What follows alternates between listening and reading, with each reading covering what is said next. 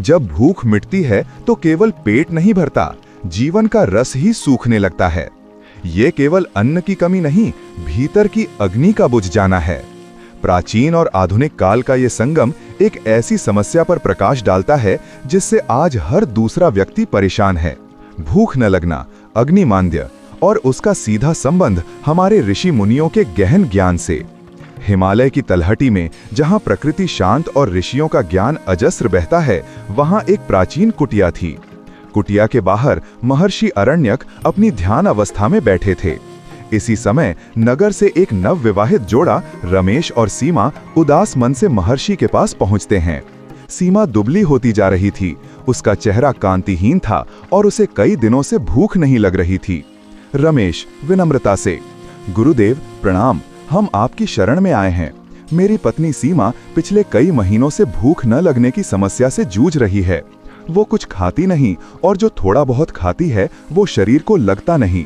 इसका वैवाहिक जीवन पर भी असर पड़ रहा है। हम इस समस्या के कारण और समाधान जानना चाहते हैं। महर्षि अरण्यक ने आंखें खोलीं। उनकी शांत दृष्टि ने सीमा की ओर देखा और फिर रमेश की ओर। महर्षि अरण्यक गहरी शांत आवाज में, वत्स, तुम्हारी समस्या केवल तुम्हारी नहीं है, यह इस आधुनिक युग के अधिकांश प्राणियों की समस्या है।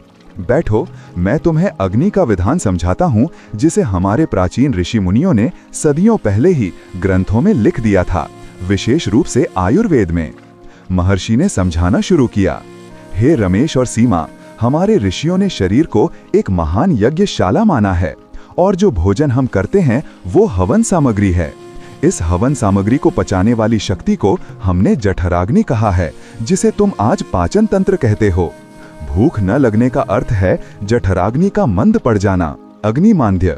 ये मंदाग्नि 3 मुख्य कारणों से आती है, जो शरीर के 3 दोषों वात, पित्त, कफ के असंतुलन से उत्पन्न होती है। कफ दोष का बढ़ना, मंद अग्नि। जब शरीर में भारीपन, आलस्य और कफ की अधिकता होती है तो ये अग्नि को बुझा देता है। ये अक्सर अत्यधिक मीठे, तैलीय या देर से पचने वाले भोजन से होता है। वात दोष का बढ़ना, विषम अग्नि। वायु, वात की चंचलता से अग्नि कभी बहुत तेज, अति भूख तो कभी बिल्कुल शांत हो जाती है। ये तनाव, चिंता और अनियमित जीवन शैली से होता है। पित्त दोष का असंतुलन, तीक्ष्ण अग्नि। ये सीधा भूख न लगने का कारण कम बनता है, लेकिन अगर पित्त बिगड़ जाए तो जलन, एसिडिटी और भोजन से अरुचि, अवर्जन हो जाती है। आज की भागदौड़ भरी जिंदगी, जंक फूड, अत्यधिक तनाव, स्ट्रेस, देर रात भोजन करना और शारीरिक श्रम की कमी, ये सब हमारे कफ और वात को बढ़ा रहे हैं, जिससे अग्नि मंद हो जाती है। वत्स, जिस प्रकार हवन कुंड में घीर और सही समिधा डालने से अग्नि प्रज्वलित होती है, उसी प्रकार शरीर की अग्नि को भी सही आहार और विहार चाहिए। जीवन शैली, अग्नि दीपक, एपेटाइजर्स। हमारे ऋषियों ने भोजन से पहले अदरक या आदरक को सेंधा नमक के साथ चबाने का विधान दिया था। ये सीधा जठराग्नि को उत्तेजित करता है। पाचन सहायक, पंचकोल, पीपल, पीपला मूल, चव्य, चित्रक, सोंठ जैसे मिश्रण, त्रिफला, हिंगवाष्टक चूर्ण, लवण भास्कर चूर्ण, ये सभी आयुर्वेदिक औषधियां मंदाग्नि के लिए ऋषि प्रदत्त उपाय हैं। ये अग्नि को बढ़ाते हैं और बचे हुए भोजन को पचाते हैं।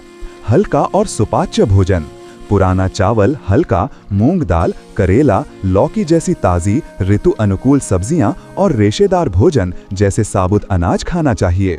दही और छाछ, तक्र या छाछ जिसमें हल्का सेंधा नमक, जीरा और अदरक मिला हो, पाचन के लिए अमृत माना गया है। प्राणायाम और योग। महर्षि पतंजलि ने योग को केवल शरीर ही नहीं, अग्नि को भी साधने का माध्यम बताया। अनुलोम विलोम और कपालभाति प्राणायाम पेट की मांसपेशियों को सक्रिय करते हैं और वात दोष को शांत करते हैं। सूर्य उदय से पहले उठना। ऋषि मुनि ब्रह्म मुहूर्त में उठते थे। ये शरीर को प्रकृति के साथ जोड़कर समय पर भूख लगने में मदद करता है। शारीरिक श्रम। आधुनिक युग में जिम है, लेकिन ऋषियों के समय खेतों में काम करना, पैदल चलना, भ्रमण या योगासन जैसे अर्ध हलासन, पादवृत्तासन अनिवार्य था। श्रम से पाचन क्रिया तेज होती है। जल का विधान। भोजन के तुरंत बाद ठंडा पानी पीना अग्नि को बुझा देता है। भोजन के दौरान घोंट घोंट करके गुनगुना पानी पीना उत्तम है। हे सीमा, सुनो, यदि अग्निमांद्य लंबे समय तक रहे तो ये केवल दुबलापन ही नहीं लाता, बल्कि भयंकर रोगों को जन्म देता है। आयुर्वेद के अनुसार नुकसान: कुपोषण, पोषक तत्व शरीर को नहीं लगते, जिससे कमजोरी, थकान और ऊर्जा की कमी, फटीग हो जाती है। मल जमाव, भोजन पूरी तरह न पचने से आमा या विषाक्त पदार्थ शरीर में जमा होने लगता है, जिससे कब्ज और बवासीर की समस्या होती है। रोग प्रतिरोधक शक्ति की कमी, शरीर की रोग प्रतिरोधक शक्ति, इम्यूनिटी कमजोर हो जाती है, जिससे व्यक्ति संक्रमण, बार बार सर्दी जुकाम या टीबी जैसे गंभीर रोगों की चपेट में आ सकता है। मनोविकार, जैसा खावे अन्न वैसा होवे मन, ऋषि वाणी। ठीक से भोजन न पचने से मानसिक उदासी, तनाव और चिड़चिड़ापन बढ़ता है। लंबे समय तक भूख न लगना, लिवर की समस्या, गैस्ट्रोएंटेराइटिस, थायराइड या दुर्लभ मामलों में कैंसर जैसी गंभीर बीमारियों का भी संकेत हो सकता है, जिस पर तुरंत चिकित्सक की सलाह आवश्यक है। महर्षि आशीर्वाद देते हुए: वत्स, रमेश और सीमा, तुम आज से इन 3 बातों को अपने जीवन का मंत्र बनाओ। हित आहार, हितकर भोजन। वो भोजन खाओ जो तुम्हारे शरीर की प्रकृति, दोष के अनुकूल हो। मित आहार, मात्रा, आवश्यकता से अधिक या बहुत कम भोजन न करो। ऋत आहार, नियम, सूर्योदय और सूर्यास्त के समय के अनुसार भोजन करो और भोजन शांत मन से चबा चबा कर करो।